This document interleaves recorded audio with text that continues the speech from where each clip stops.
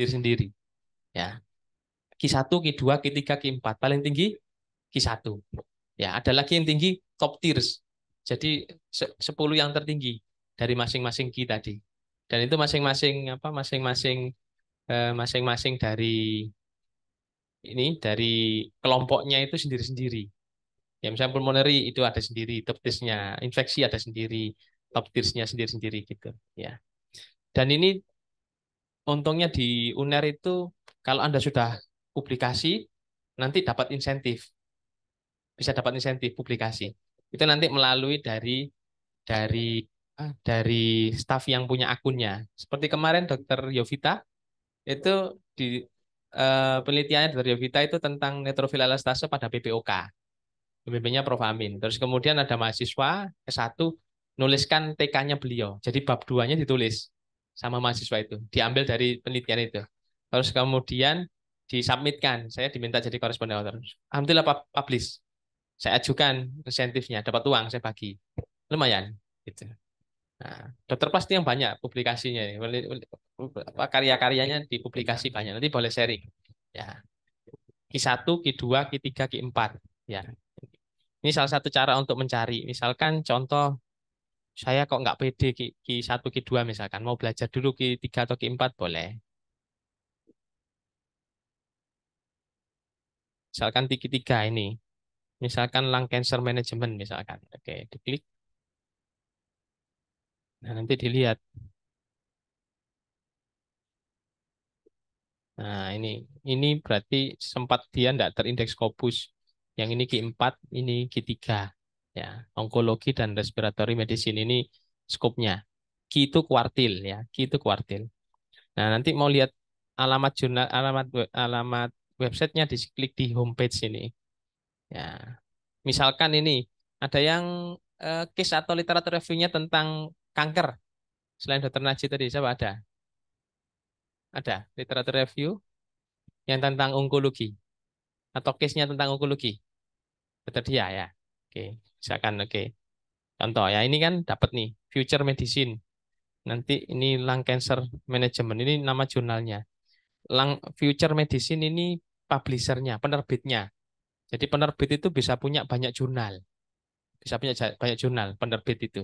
Bisa misalkan penerbitnya Walter Cower, ya penerbitnya itu publishernya. Tapi dia punya banyak jurnal, jurnal 1, 2, 3, 4 gitu. Ya, misalkan Bentham, Bentham Science itu penerbitnya.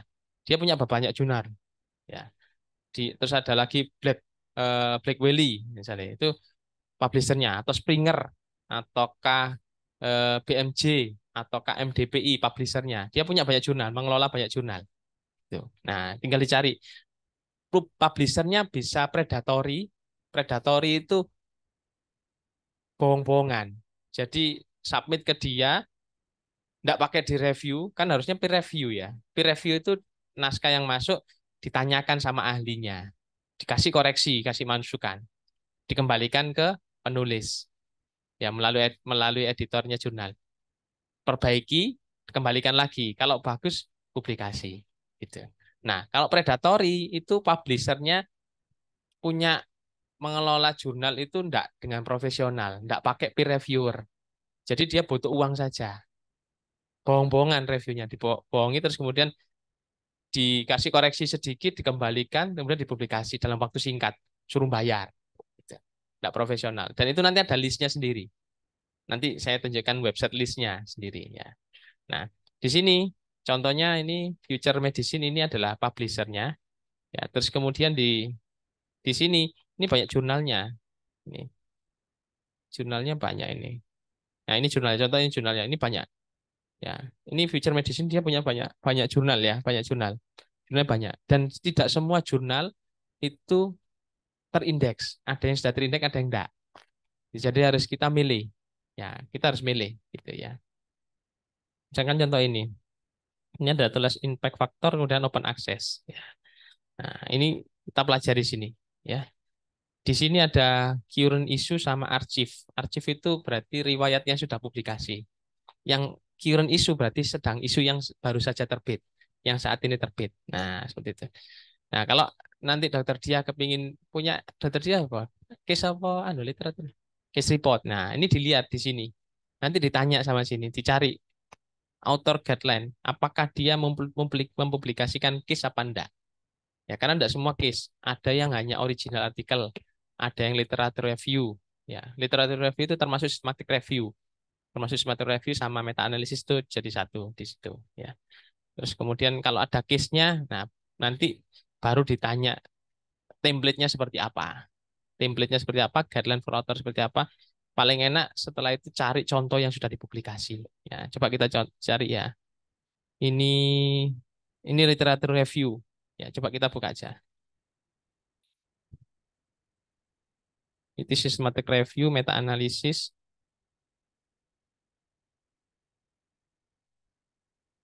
Nah, contoh seperti ini. Survival dan quality of life pada NSLC early stage pasien, literature review of real world evidence. Nah, ini kan bisa bisa punya Anda kan? Punya Anda untuk literature review yang sudah dipresentasikan dibikin ya. Nah, ditiru aja sini bentuknya ini. Ya. Modelnya seperti apa? Kan yang Anda bikin itu kan literasi pendahuluan, terus kemudian ada mulai masuk ke pembahasannya kan. Bisa definisi, bisa tentang epidemiologi, bisa penegakan diagnosis, bisa tentang terapi, bisa prognosis seperti itu. Nah, disesuaikan. Nah, biar menarik nanti aim dari penulisannya itu apa? Sesuaikan dengan judul. Nah, dengan judul itu ditulis ya. Nah, kalau ini metodenya dia menggunakan review long term survival quality of life. Ini hasilnya, terus kemudian kesimpulannya bagaimana? Ya, ini bisa di-download enggak? Bisa di-download. Cari PDF yang bisa di-download. Ini PDF download.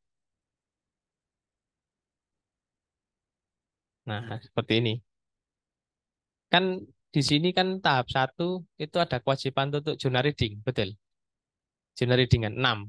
Bukan hanya sekedar membacakan, menyampaikan isi, tapi bagaimana sih orang lain menulis. Itu kita pelajari juga. Ya, pelajari. Nah,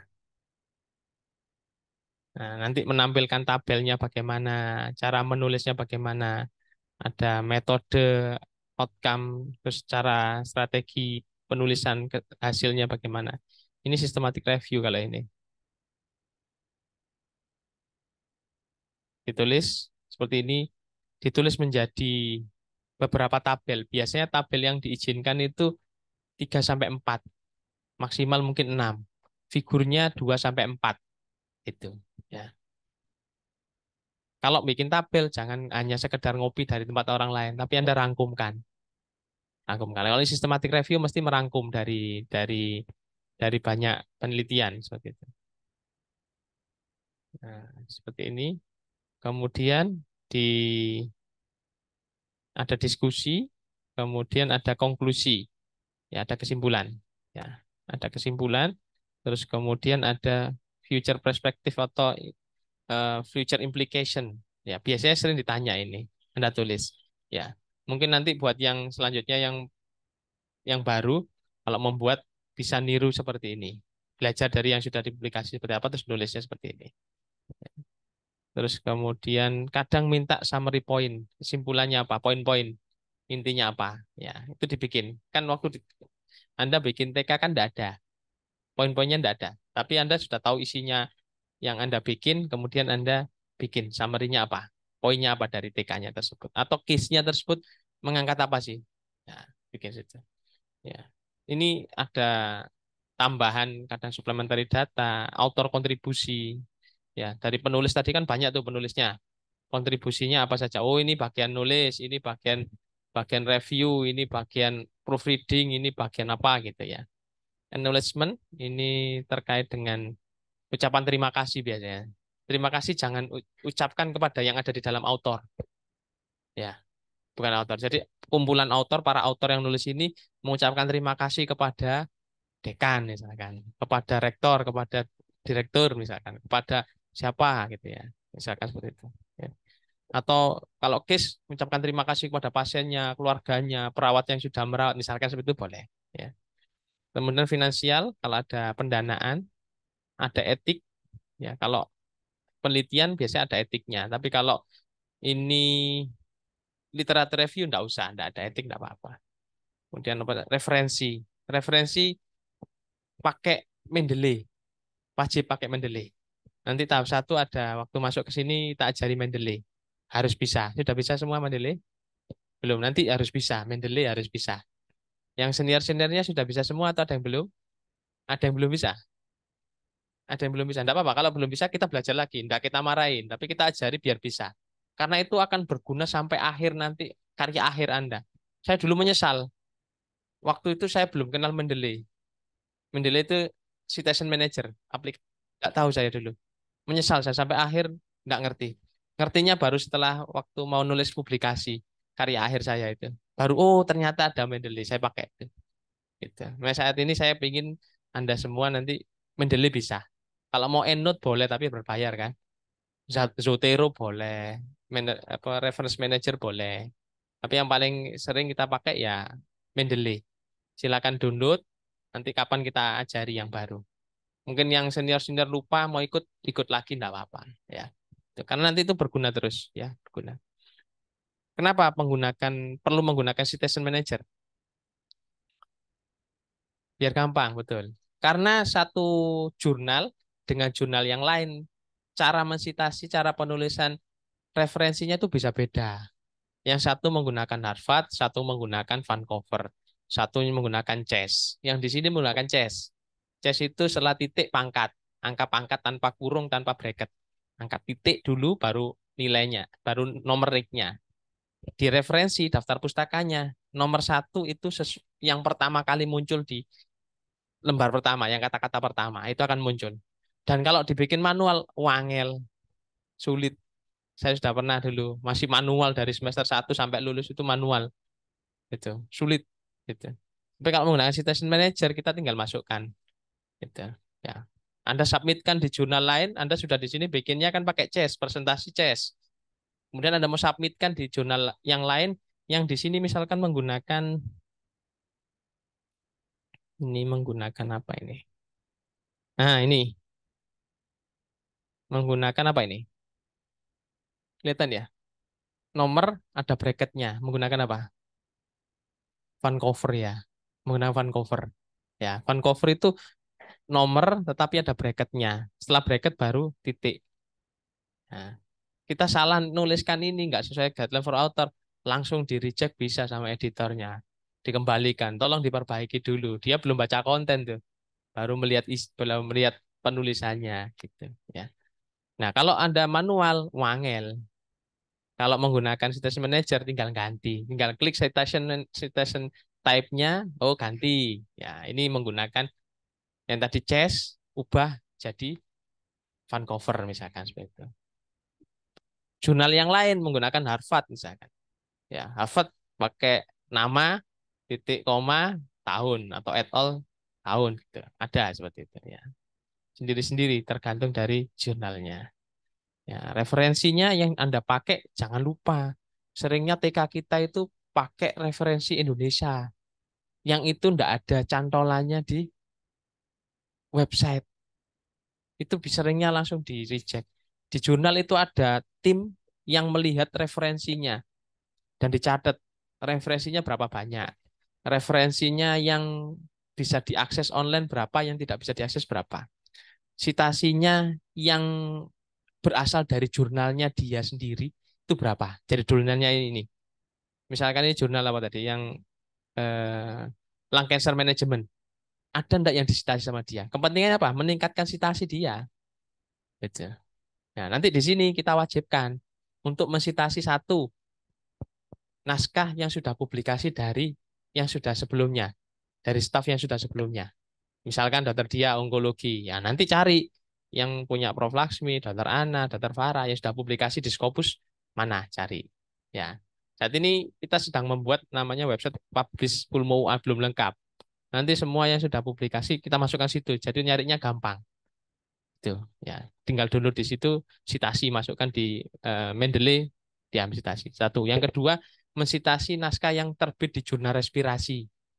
Ya, yang jurnal respirasi. Saya juga membuatkan di jurnal respirasi itu yang berdasarkan kelompok penyakit. Yang onko nanti keluar ini saja judulnya, yang TB judulnya ini saja, tinggal milih.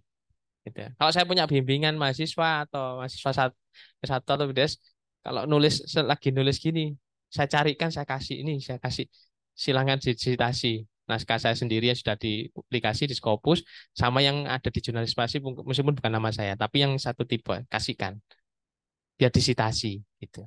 Dan yang sering kita lakukan di sini, ini referensinya itu referensi Indonesia. Kemenkes, PDPI yang itu enggak ada. Bukan saya melemahkan, bukan, bukan.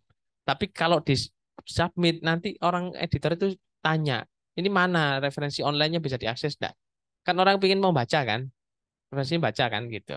Dan kita di sini di Kemenkes maupun di Perimbon di PDPI rasanya belum terbiasa dengan membuat apa guideline-guideline itu diterjemahkan bahasa Inggris kemudian dipublikasi.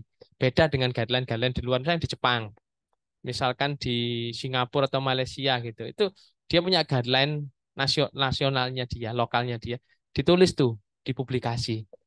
Ya, National Guideline for Africa about TB ada.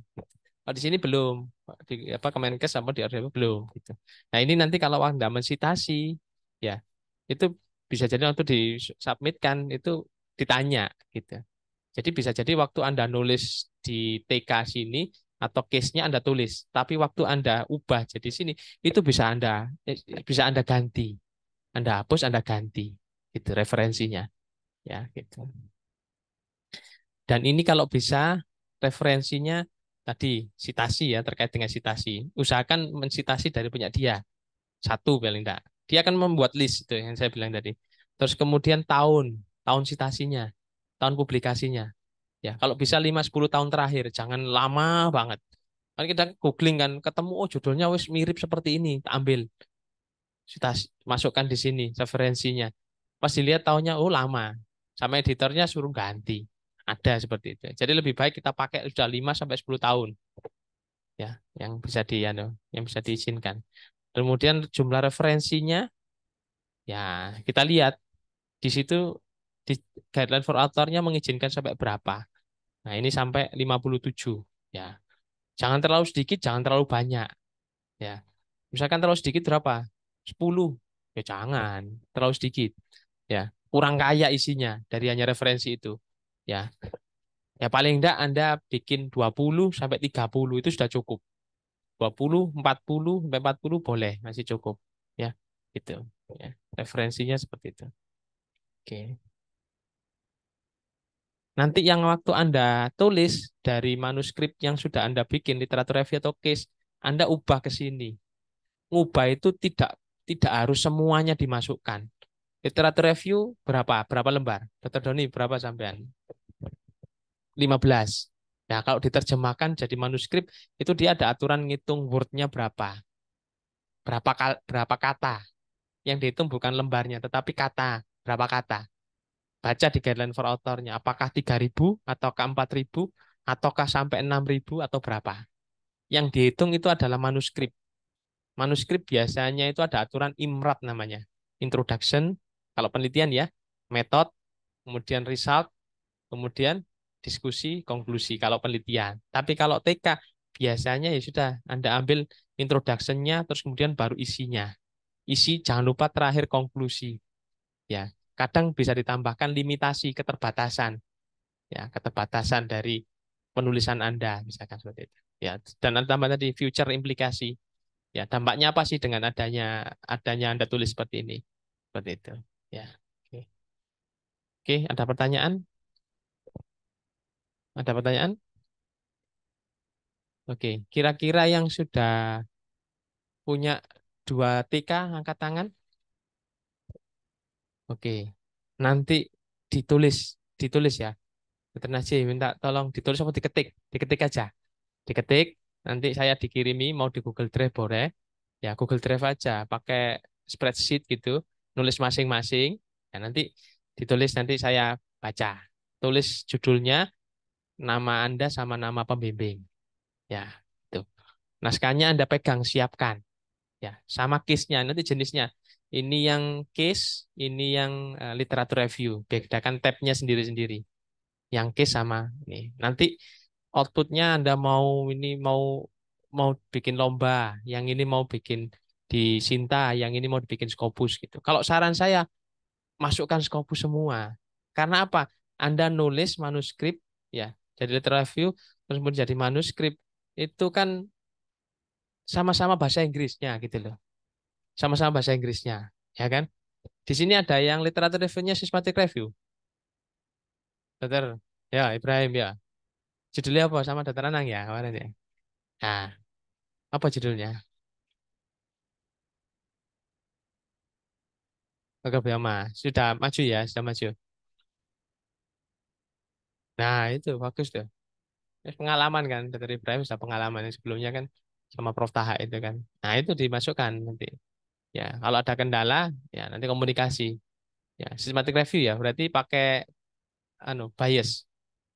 Biasnya dimasukkan juga. Ya, nah, gitu. Oke. Ya, nanti kalau bisa kita perbanyak yang systematic review.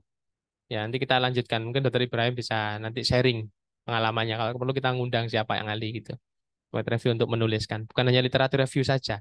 Systematic review itu ada terstruktur cara mencarinya. Judul ini terstruktur cara mencarinya pakai ini.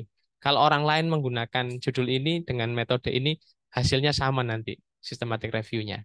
Beda dengan literatur review. Kalau literatur review kita asal aja cari, ya asal cari dapat masukkan, masukkan, masukkan. Kalau systematic review terstruktur, cara nyarinya terstruktur. Tuh, ya, kapan nanti kita lanjutkan? Oke. Eh, siapa lagi ya? Dr. Richard sudah maju, punya case atau punya sudah case sudah literatur review sudah dua. Udah ya, nanti diusahakan ya, diusahakan. Oke. Terus aja ya minta bantuan untuk bikin spreadsheet ya, nanti dipisahkan tabnya sendiri-sendiri yang case sama nanti suruh di-share aja, nanti masing-masing ngetikkan gitu. Ya, ngetikkan. Oke. Ada pertanyaan?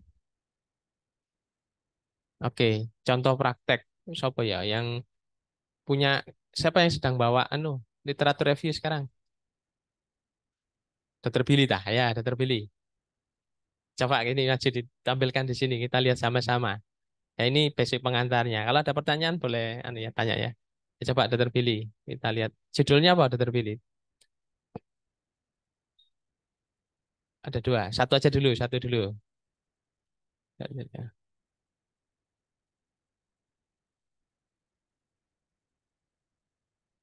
Oh Sinta, mau ditampilkan apa ya Pak? Buka, buka.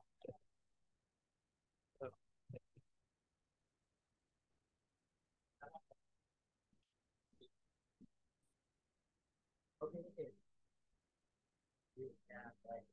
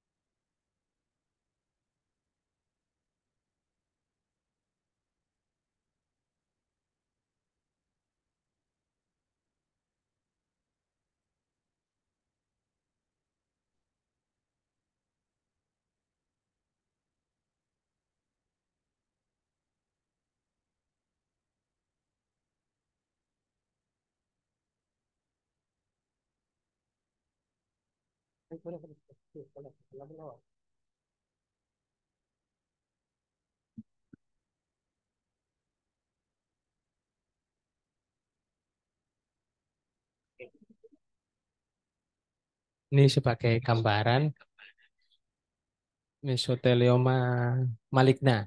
Nah, judulnya Mesothelioma maligna. Nanti sebelum menulis, dokter Billy cari. Ini sambil Anda masing-masing bayangkan Anda yang jadi dokter Billy ya. Boleh sambil praktek kalau bawa laptop dipraktek, dites di Google. Kira-kira judul ini sudah ada enggak? Ya, coba dimasukkan mesothelioma maligna, terus kemudian di Google. Kira-kira sudah ada enggak? Atau perlu judul ini Anda revisi, Anda modifikasi judulnya, Anda ganti tanpa mengubah isi. Kontennya mungkin Anda perlu modifikasi. Tapi kalau Anda hanya seperti itu. Oke, Mayo Clinic bukan. Mayo Clinic bukan jurnal. Mayo Clinic itu kayak website.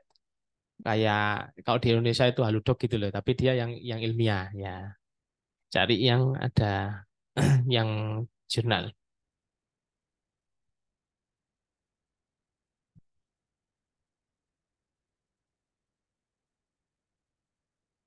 Boleh milihnya menggunakan Google Scholar. Pakainya Google Scholar. Nah, yang ada NCBI boleh. Ini enggak ini. Pasti bukan. CDC bukan. CDC itu kayak guideline gitu ya, kayak NCCN, terus kemudian kayak GOLD, kayak GINA itu panduan kayak WHO gitu ya. Nah, Startpearl ini bukan. Startpearl itu seperti ringkasan buku, kayak ringkasan buku yang di online kan gitu ya. Cari yang jurnal. Oke. Nah, coba. Kalau hanya memasukkan mesotelioma maligna, kayaknya kurang spesifik. Jurnal manuskrip itu sesuatu yang spesifik yang hanya membicarakan satu satu topik kecil gitu, tapi deep dalam. Nah, itu salah satu ciri dari jurnal. Beda dengan textbook. Kalau textbook itu satu chapternya membicarakan luas, banyak. Jadi kalau Anda buat buat TK nanti ke depan jangan hanya satu besar, tapi kecil. Ya, gitu. Ada ketemu. Tahun 2000 Springer ya, 2008. Oke. Itu Lancet itu, malignant mesothelioma, Lancet 2005. Ya, oke. Ya, oke. Ya, kan sudah ada berarti ya. Nanti kalau milih judul, jangan persis plek seperti yang sebelum waktu Anda maju. Kan ini Anda maju sudah kan selesai. Tapi waktu Anda nulis manuskrip, jangan plek seperti itu. Anda tambahi challenge of mesothelioma diagnostik ataukah gap of mesothelioma diagnostik and therapeutic misalkan gitu ya. Dibikin sesuatu yang menarik. Dokter Wiwin tuh ahli membuat sebuah literatur review yang judulnya itu pernah beliau nulis saya lupa judulnya, tapi terkait dengan apa film Sonic gitu loh. Saya lupa apa judulnya itu. Sudah pernah publikasi. Jadi itu akan membuat eye-catchingnya dari waktu submit kan editor melihat tuh judulnya kok menarik ini apa ini gitu. Bahasa Inggris saya lupa judulnya nanti cari saya cari coba saya carikan saya kirim nanti kalau saya ketemu atau saya tanya Dokter Wiwin gitu ya. Nah oke. Judul ya terkait judul. Yang kedua kita lihat isi dari yang sudah publikasi. Nah ini kan punya Dokter Billy ya. Oke pendahuluan terus kemudian lanjut ke bawah dibesarkan lagi mungkin dibesarkan layarnya. Oke, lanjut terus ke bawah. Itu kan menggunakan CHES ya, pangkat, titik, pangkat, CHES, citasinya. Nanti di jurnal targetnya bisa jadi tidak CHES. Bisa jadi Vancouver pakai nomor bracket, bisa jadi Harvard buka kurung nama tahun tutup kurung, bisa seperti itu. Ya, oke, etiologi, terus oke, terus kemudian patofisiologi ya, lanjut histologi ya, oke. Diagnosis presentasi klinis, oke.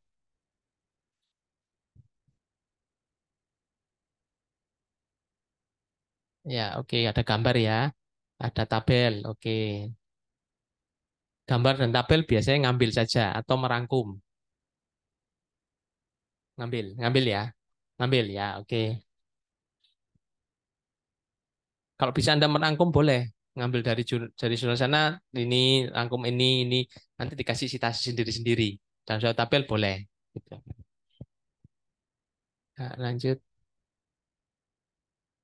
terapi, oke. Kemoterapi ya, lanjut radioterapi ya, lanjut.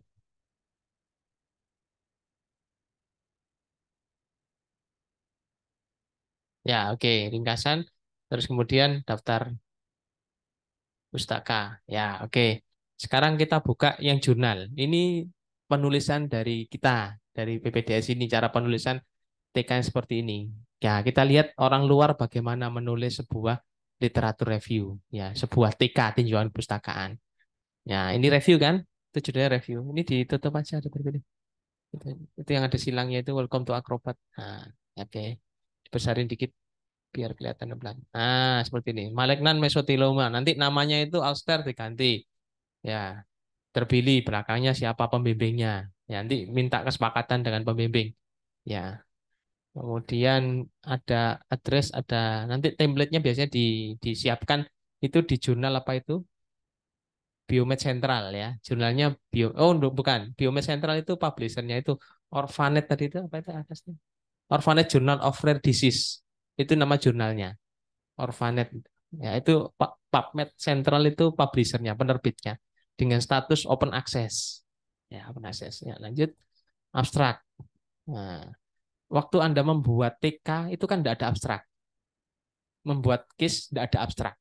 Nah, abstrak ini Anda bikin merangkumkan ya, kayak kesimpulan yang kalau di manuskrip ini kesimpulan jadi konklusi, summary, jadi summary. Tapi abstrak ini gambaran secara umum. Anda sudah baca, sudah maju presentasi, suruh nulis abstrak pasti bisa. Dengan jumlah tidak lebih dari 250 kata. Ya, tidak lebih dari 250 kata. Kalau di literatur review itu tidak terstruktur, tidak perlu terstruktur. Kalau terstruktur itu kalau misalkan case itu kan ada introduction atau ada background, kemudian ada case, kemudian ada diskusi atau konklusi. Kalau di penelitian ada background, kemudian ada metode, ada result, ada konklusi, terakhir keyword, keyword semua ada keyword, keywordsnya 4 sampai 6 ya. Tambahkan SDGs, SDGs, Sustainable Development Goals. Ada. Kalau bingung SDGs yang Anda pilih, boleh tanya sama Mbak Via di jurnal bawah. Yang apa yang kira-kira ada sudah. Karena saya bikinkan pilihannya, enggak usah banyak-banyak ini aja yang ada. Misalkan pulmonary disease, infection disease, apalan cancer, apa-apa saya enggak apal. Ada 15 atau 16 waktu saya berikan. Nanti minta. Nah, ini tanpa terstruktur. Jadi semua ditulis. Ditulis tanpa ada yang ditebalkan. Ini ada ini enggak. Cuma judul abstrak saja. Ini Anda merangkum. Anda sudah maju, sudah ngerti ilmunya ini. Yang ngerti siapa? Anda sendiri. Ya. Masing-masing Anda sudah maju kan? Yang tahu yang penting saya memasukkan di dalam abstrak ini. Ya, oke lanjut. Kemudian baru ini ada kadang ada introduction-nya. Ya tergantung masing-masing dari jurnal mintanya seperti apa. Ada introduction, ada epidemiologi, etiologi, terus kemudian bawa lagi clinical deskripsi, ya clinical eh, eh, diagnosis, differential diagnosis, terus bawa lagi. Nah, ini pemeriksaan radiologinya menggunakan CT scan, PET scan, terus kemudian patologi, histologinya, ya, terus ke bawah lagi. Nah, tabel ini ya tabel. Dan yang Anda sudah bikin tabel di manuskrip Anda, di literatur literatur Anda, di TK Anda, tidak harus semua dimasukkan dalam manuskrip. Pilih ya. Ataukah Anda bisa merangkumkan dua tabel menjadi satu boleh. Anda merangkum beberapa tabel jadi satu boleh. Jadi suatu yang baru ya gitu ya. Kemudian ini terus terus ke bawah. Nah, terus ke bawah. Manajemen tata laksana kan? Oke. Manajemen. Nah, terus ke bawah terus. Nah, pembedahan, radioterapi, terus terus terus Ya, abbreviation itu singkatan, daftar singkatan, ya, kontribusi, reference. Sama enggak dengan yang ditulis oleh terpilih? Sama ya? Mirip ya? Nah, jadi potensi yang Anda kerjakan bahasa Indonesia Anda terjemahkan sama dengan yang bahasa Inggris yang sudah dipublikasi. Sama. Sama. Jadi enggak usah merasa wah sulit, enggak, jangan. Dicoba dulu. Bisa enggak publikasi? Bisa. Ada yang kenal dokter Fasa penyakit dalam? Ada. Waktu itu TK sama saya kasih judul asma pada COVID. Sudah maju presentasi saya tantang. Dokter Fasa, ditulis ya jadi manuskrip ya. Ya dok, saya usahakan. Ditulis sama, diterjemahkan, disubmit, publish di Q2, literatur review. Dapat uang, saya kasih dia. Dapat insentif, saya kasih. Itu saya bagi sama dokter Fasa. Nah, lumayan kan? Nah, dia dapat dapat apa menggugur kewajiban untuk apa pendidikannya dia. Nah, dapat uang juga. Ilmunya masih bisa dipakai sampai saat ini, dicari gitu. Ya. Sama dengan yang dilakukan dokter Bill ini, dengan yang ditampilkan ini. Nah, kalau ada sudah seperti ini, Anda bandingkan, Anda compare apa sih yang baru dari punya Anda dengan yang tahun 2008. Itu kan? Ya, kalau judulnya sama, ya jangan tulis yang sama lagi. Misalnya ditulis an update of malignant mesothelioma, misalkan seperti itu. Ditambah sesuatu yang berbeda, ya. Terus kemudian beberapa jurnal itu di introduction, ini kan tidak ada introduction. Di introduction ditambahi sebelum masuk ke pembahasan aim of the manuskrip ini. Kan Anda tulis tuh di pendahuluan Anda kan bahwa bahwa karya tulis ini akan membahas tentang apa gitu. Dan seperti itu. Ya. Bisa kan? Terjemahkan? Terjemahkan pakai Google Translate boleh? Boleh. Tetapi sebelum submit Anda baca, perbaiki. Jangan langsung plek ketiplek langsung ya mesti langsung proofreadnya jelek. Ya. Kan bisa juga nanti setelah ditranslate Anda bikin parafrase bisa. Ya, bisa kan ada aplikasi online-nya parafrase, cari aja di Google parafrase. Anda sudah terjemahkan pakai Google, Anda parafrase, Anda baca lagi kira-kira SPOK-nya sudah betul apa enggak gitu. Ya, kalau sudah oke, ada sudah semua diterjemahkan, ya, kan cek plagiasi nanti. Titipkan sama Mbak Via, dicekkan plagiasinya pakai Turnitin, ya. Biar di bawah 40, biar di bawah 15%. Saya punya aplikasi Grammarly Pro, kalau mau pakai nanti saya kasih akunnya. Bisa untuk membantu mengoreksi bahasa Inggris gitu. Bisa, fasilitas ada semua gratis ya. Translate bisa. Kemudian pakai Grammarly Pro nanti bisa saya kasih. Kemudian Turnitin gratis ya. Tinggal nanti nyari jurnalnya. Jurnal yang mana? Ya, cara nyarinya bisa dari pakai skemago tadi. Ya. Sampai sini ada pertanyaan? Nanti setelah ini saya mau jelaskan tentang scopus.com-nya. Ya, sudah terpilih. Ya.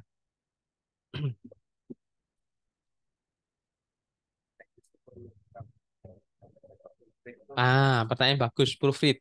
Kalau Anda pede dengan menulis sendiri, Anda bisa, nggak apa-apa. Tapi kalau Anda tidak yakin, setelah Anda terjemahkan, Anda proofread. Saya punya nanti kenalan proofread. Saya kasih nanti. Bisa. Biasanya per lembar itu 50.000. 50.000 per lembar. Ada harinya mau kilat apa yang biasa gitu. Nanti yang di proofread referensinya enggak usah, hanya manuskripnya saja sama abstraknya saja. Itu biar hemat ya. Paling enggak kan kalau Anda kirim paling 6 sampai 8 lembar. Kalau 50 Anda proofread kan ya sekitar 300 400 misalkan seperti itu. Ya, sampai 600 400 500 lah. Seperti itu ya. Dan saya coba nyarikan nanti kalau ada fasilitas gratis proofread dari universitas nanti saya share. Sempat saya dulu waktu publikasi saya itu saya minta bantuan. Waktu ada promo, ada fasilitas untuk proofread. Saya kirim di proofreadkan gratis dari universitas. Nanti kalau ada saya informasikan. Tapi kalau Anda yakin nggak usah di proofread, kirim aja nggak apa-apa. Pakai Grammarly tadi nanti saya kasih akun Grammarly-nya gitu. Ya.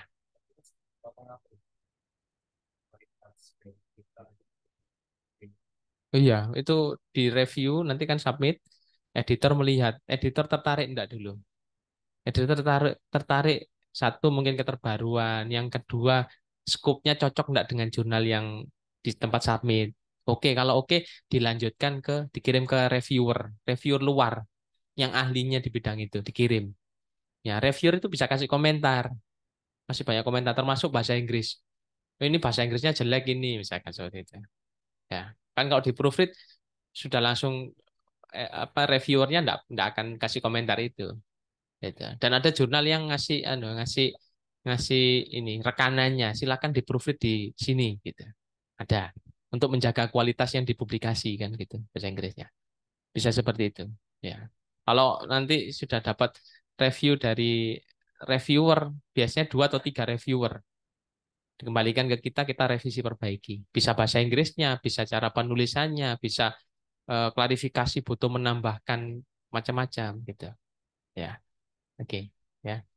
Nah, coba nanti disubmit, ditulis, nanti saya bantu untuk carikan jurnal jurnal ininya. Ya, oke. Dapat tanya lagi?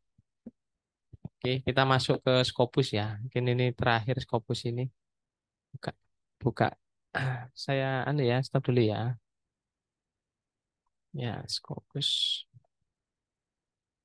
Ini share screen. Ya, materinya nggak usah banyak-banyak, tapi praktek aja. Nanti kasih Simagus sama Scopus ya. Nanti kalau mau yang Sinta, enggak apa-apa nanti kita cari. Ini yang anu dulu, yang yang apa? Yang Scopus dulu, ya. Nah, scopus.com, scopus.com.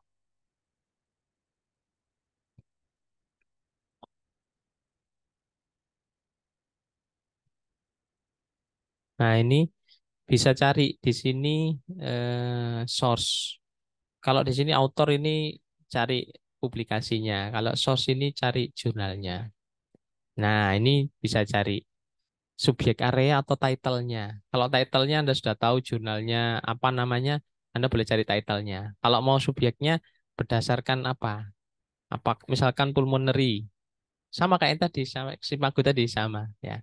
Pulmonary nanti akan keluar semua jurnal yang skopnya pulmonary gitu. Ini ada 222 hasil ya. Kita filter mungkin jurnal saja kita ambil ya. Ini mau key berapa yang mau diambil. Misalkan kita, wah kita mau belajar deh key 4 dulu aja misalkan ya. Key 4 oke di filter. Nah, tinggal berapa? 25. Tinggal 25 kan? Nah, sama dengan yang skema Go tadi. Kalau skema Go tadi kita nggak bisa filter. Kalau di sini bisa bisa filter ini. Ya, misalkan mau ini ada case report ya, respirologi case report.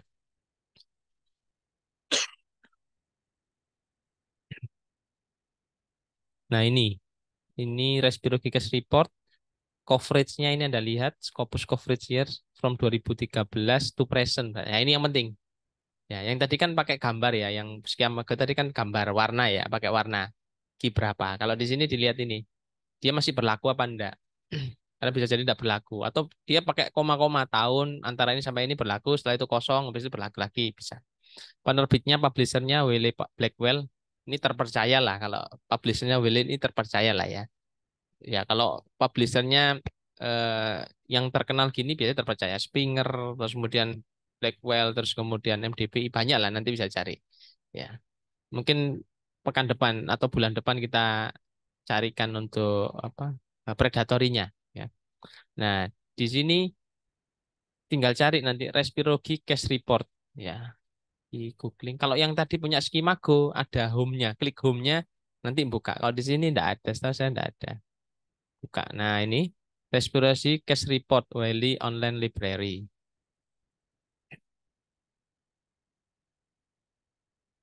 Oke.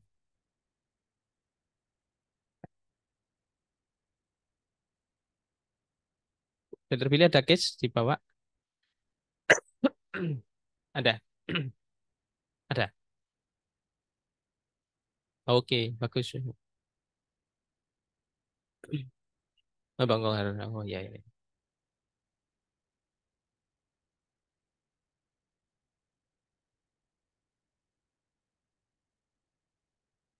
Oke.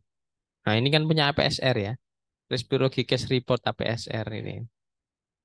Nah, ini ada case yang diangkat. Nah, ini pas tepaan judulnya Malignant Pleural Mesothelioma with Resolution. Nah, kita buka ya, open access. Contoh. Oh, ini clinical image saja. Cari yang lain aja ya. Ini case series. Nah, ini aja. Kemo pneumorakitis sekunder. Ya, kita buka aja ya. Apa ini? Tidak tahu. Pneumorakitis. Nah, di sini kita bisa lihat.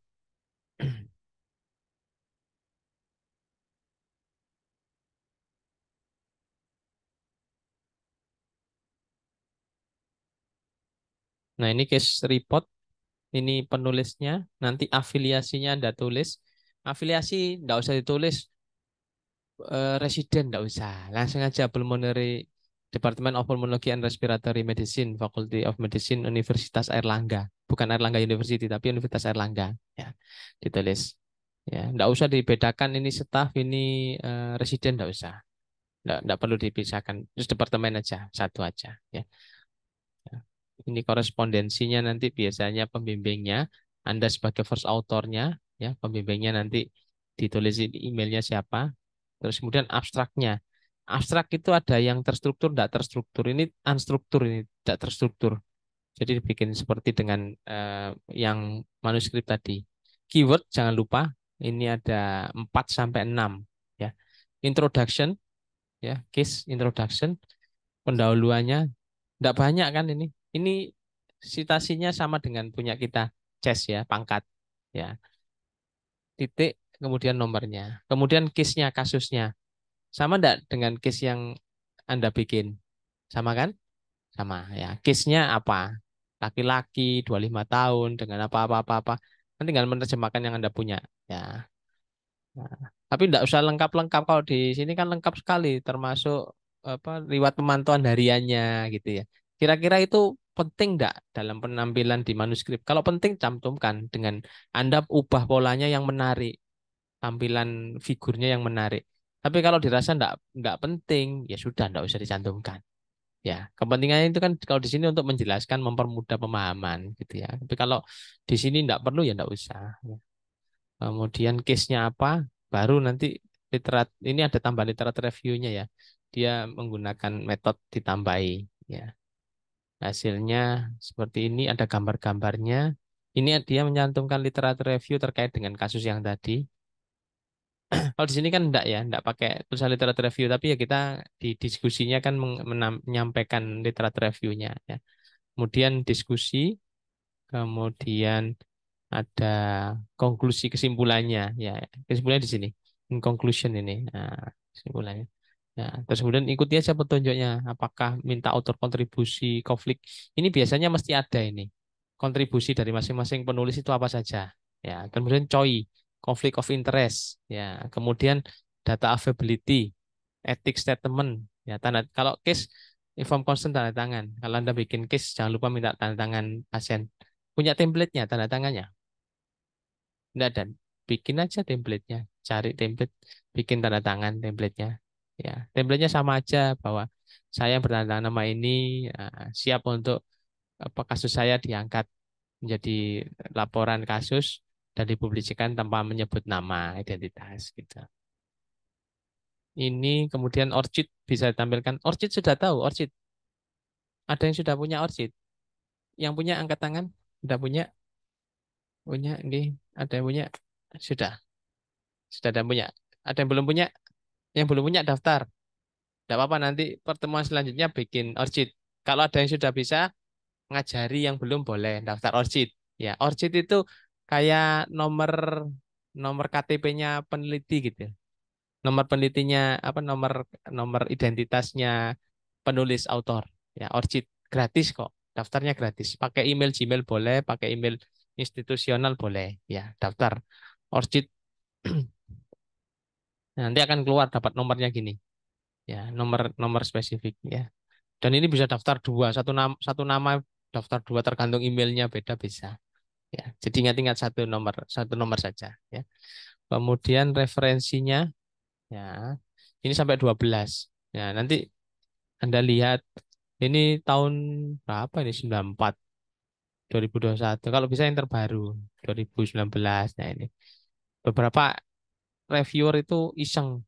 Ini 73 tahun 73. Kecuali tidak ada pilihan, hanya satu itu tok terus tidak ada publikasi lagi.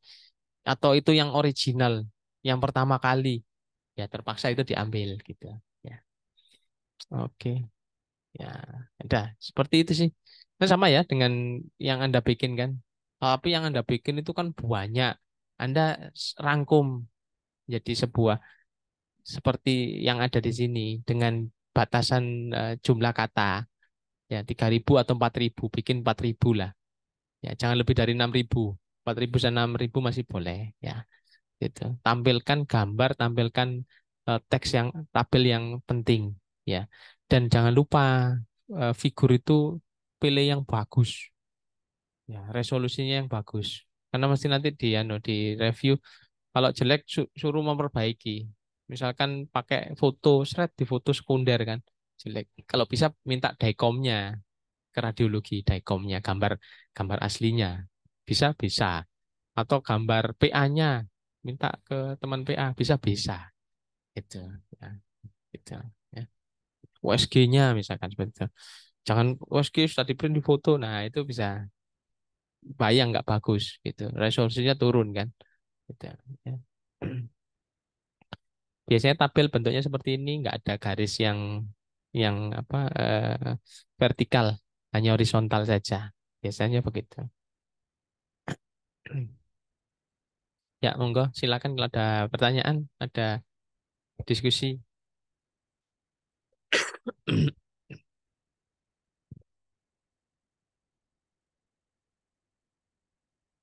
Nggak ada.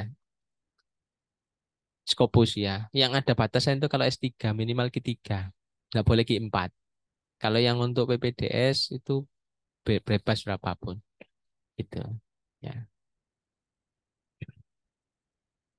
Authorship ya. Yang penting itu pembimbing sebagai corresponding author. Yang setahu saya seperti itu. Minimal corresponding author. Kalau misalkan dibalik PPDS-nya dari bukan first author boleh. Tapi yang penting corresponding authornya itu minimal dari staffnya. Gitu. Oke. Kalau saya sih lebih senang PPDS-nya yang first author. Saya ada bimbingan saya first author, terus kemudian saya corresponding authornya. Kecuali jadi outcome sekunder.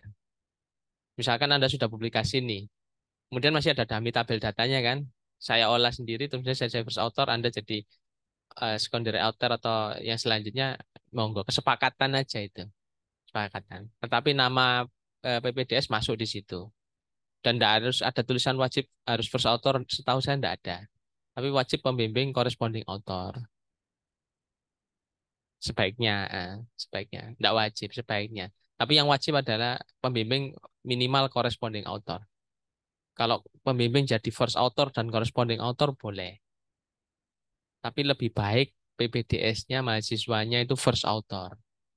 Itu. Dan itu tidak mempengaruhi di Scopus kok. Tidak mempengaruhi di Scopus. Tetap nanti akan keluar. Meskipun tidak first author, di Scopusnya keluar. Gitu. Saya ada beberapa publikasi yang join. Saya first authornya cuma dua penelitian saya yang saya nulis. Yang lain punya orang lain, tapi tetap nyantum di Scopus saya bisa, tidak ada masalah. Gitu. Nah.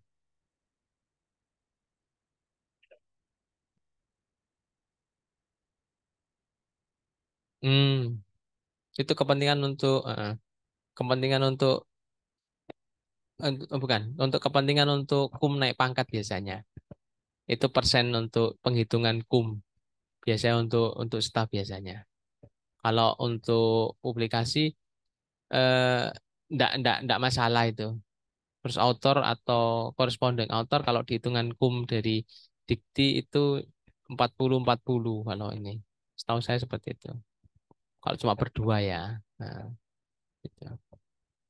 Kalau saran sih yang dimasukkan di authorship itu satu PPDS, first author.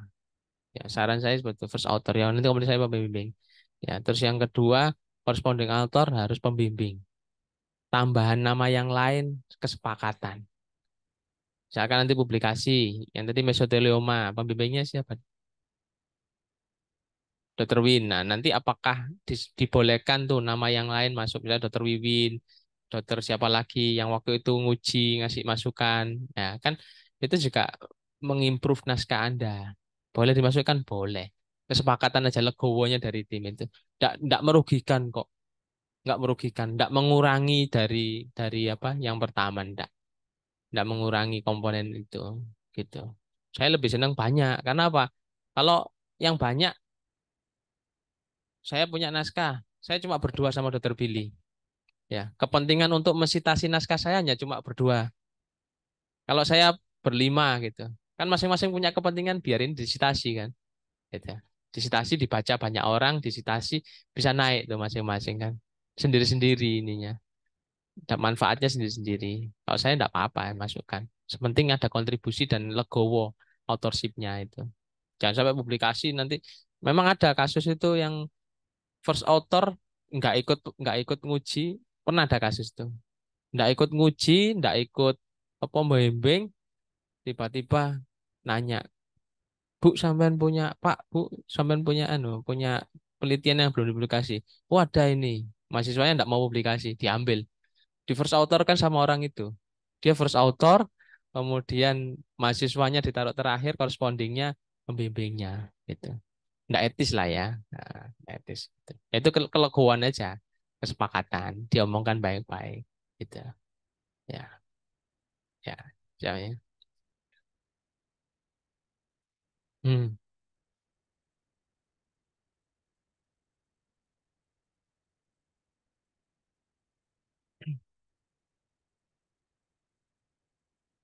Itu saya nggak tahu. Ada aturannya, ada batasan berapa mahasiswa. Kayaknya maksimal 3 kayaknya. Kayak maksimal 3. Tapi nggak tertulis sih. Tapi kesepakatan ini kayaknya 3. Nggak boleh lebih dari 3. Kalau nggak salah seperti itu. Kalau ke series itu. Heeh, ya. Dan boleh nanti siapa yang first author. Nggak mempengaruhi. Setahu saya kok nggak mempengaruhi nilai ya. Yang mempengaruhi nilai itu dari apa? Dari tingkat Scopusnya berapa. Itu untuk konversi nilainya kayaknya. Scopus apa enggak Scopus itu mempengaruhi konversi nilai, tapi tidak mempengaruhi first author nilainya lebih tinggi ujiannya dibandingkan kalau enggak. Yang wajib untuk first author itu adalah yang S3. Wajib first author. Kalau mahasiswa PPDS, mahasiswa satu enggak wajib gitu. Ya, aturannya gitu. Ya. Oke. Nah, oke, ada lagi tanya silakan. Monggo Dokter Rada. Terima kasih dokter atas Oke. materi dokter. Yang ingin saya tanyakan dokter, apakah untuk potensi submit kita ini eh, merupakan judul yang sangat menarik dokter atau mungkin case yang sangat unik atau semua literatur review atau case report kita berpotensi dokter hanya dengan tata cara penulisan kita dokter. Ya, terima Mengasuhkan kasih. dokter. Terima kasih. Jadi semua karya ilmiah kalau Anda kerjakan dengan baik ya itu sangat berpotensi untuk bisa dipublikasi. Tergantung nanti targetnya itu kira ya kayak kayak transaksional yang saling menguntungkan. Jadi jurnal itu kan butuh hidup untuk kontinuitas. Nah, sementara kita butuh untuk mempublikasikan. Ya, entah kepentingan kewajiban, entah kewajiban naik pangkat, dan lain-lain. Ya, jadi akan terjadi simbiosis mutualisme dari kedua interaksi tersebut. Nah, waktu kita menulis, ya tentu saja kita perlu berpikir, ya berpikir menulis tidak asal-asal setelah ini tidak asal-asal memenuhi kewajiban untuk maju, tapi berpikir nanti dampak setelah itu. Ya, kita tulis dengan baik dengan membandingkan compare dengan yang sudah dipublikasikan. Ya, kita menambahkan ada suatu keterbaruan ataukah merangkum dari beberapa ini belum terangkum nih. Saya membuat sesuatu yang baru, saya rangkum. Ya, kan jadi baru itu. Hanya merangkum saja jadi sesuatu yang baru itu. Ya kan? Yang di sini sudah terpisah-pisah harus baca 3 tempat. Di sini saya rangkum jadi satu. Ya, entah terinya, entah tabelnya, entah gambarnya seperti apa. Dan itu berpotensi, semua berpotensi untuk publikasi. Jangan nanti tahap selanjutnya adalah setelah Anda bikin, terus kemudian Anda submit, di reject. Jangan merasa nanti wah jelek naskah saya ndak. Tapi bisa jadi memang dia lagi banjir naskah dia, jurnalnya lagi banjir naskah. Kita ndak tahu. Jadi dia ndak butuh lagi ndak butuh gitu. Dianggap kita menurut kita bagus sudah bagus ini. Tapi menurut dia saya lagi banjir naskah, dia enggak bilang kan ya, dia bilang aja mohon maaf karena apa peminatnya banyak jadi anu kita membatasi misalnya seperti itu. Sebentar ya.